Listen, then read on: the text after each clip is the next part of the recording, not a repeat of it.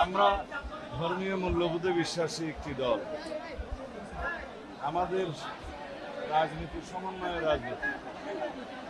বাংলাদেশের এই ভূখণ্ডে সমস্ত জনগোষ্ঠীকে নিয়ে বাংলাদেশের জাতীয়তাবাদের ভিত্তিতে আমরা রাজনীতি।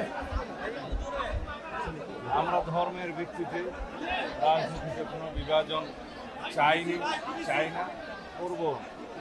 সুতরাং বাংলাদেশের এই ভূখণ্ডের মধ্যে সকল ধর্ম বর্ণের, সকল গোত্রের, সকল ভাষাভাষীর, সকল সংস্কৃতির মানুষকে নিয়ে একটা সমন্বয়ের রাজনীতি বাংলাদেশ জাতীয়তাবাদী দল করে এবং এর অংশ হিসাবে আমরা বাংলাদেশের সকল মানুষকে নিয়ে ঐক্যবদ্ধভাবে একটি সুষ্ঠু গণতান্ত্রিক চর্চা করতে চাই।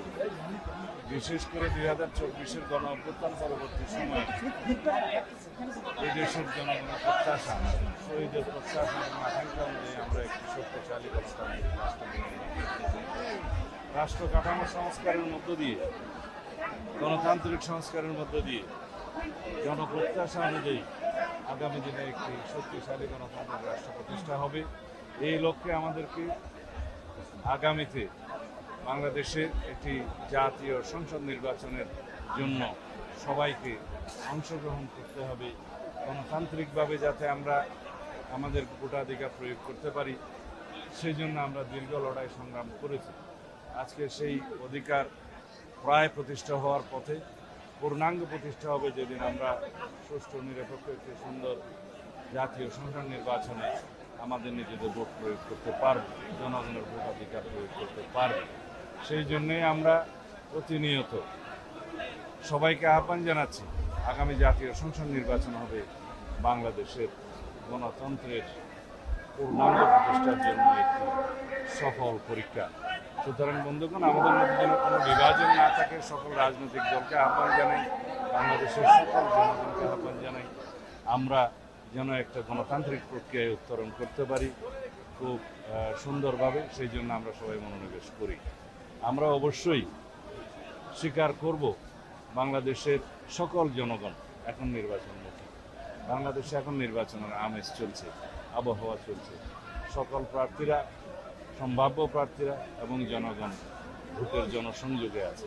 এই অবস্থায় কোনো দল যদি বিভ্রান্তি সৃষ্টি করে, নির্বাচনের পথে বাধা সৃষ্টি করে, জনগণ তাদেরকে চিহ্নিত করবে এবং রাজনৈতিকভাবে তাদেরকে প্রত্যাখ্যান করার সম্ভাবনা আছে। ধন্যবাদ। কয়েকটি মানবাধিকার সংস্থার সাথে প্রধান উপদেষ্টা বলেছেন যে কিছু আন্তর্জাতিক মহল নির্বাচন বাধাগ্রস্ত, দেশে প্রচুর অর্থনীতি ঢালা হচ্ছে, দেশের ভেতরে এবং বাইরে নির্বাচন নিয়ে ষড়যন্ত্র হচ্ছে।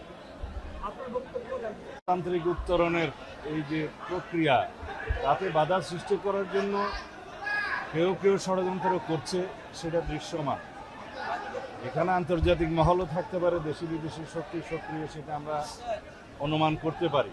কিন্তু বাংলাদেশের জনগণ এখন ঐক্যবদ্ধ। গণ অভ্যুত্থান পরবর্তী পরিস্থিতিতে বাংলাদেশের জনগণ সংকল্পবদ্ধ। এদেশের গণতন্ত্র উত্তরণের পথে যারাই বাধা সৃষ্টি করবে এবং কোনো রকমের ষড়যন্ত্র করবে, সে দেশি হোক বিদেশি হোক, তাদেরকে তারা প্রতিহত করবে।